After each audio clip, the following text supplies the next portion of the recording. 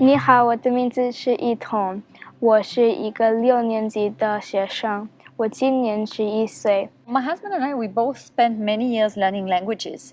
We both speak 5 languages, and for us it was important that we teach languages to the children, but also that they learn it much faster than what we did. If you learn a language the way they're learning it, from childhood all the way, not as a foreign language, but in fact as just another quasi-mother tongue, we have read in research that you cannot forget the languages you learn as mother tongue. And that's what we wanted for them, and that's why we went for bilingual education. When we started with CIS, or when they started at CIS, we thought it's perfect because they know with the English teacher, they will speak in English. With the Chinese teacher, they will speak in Chinese. Yeah. I really like Chinese because when I'm in gymnastics, my gymnastics teachers only know how to speak Chinese. They know a little bit of English, but it's way easier in Chinese. And then I can understand everything and help people, and it makes me feel good. It's not something that you learn like in a year or two. It's like the younger that you start learning it, the easier it gets for you to learn it.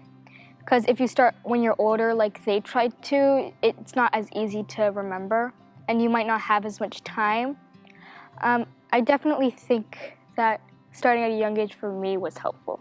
The key thing in CIS is that UOIs are done both in English and Chinese.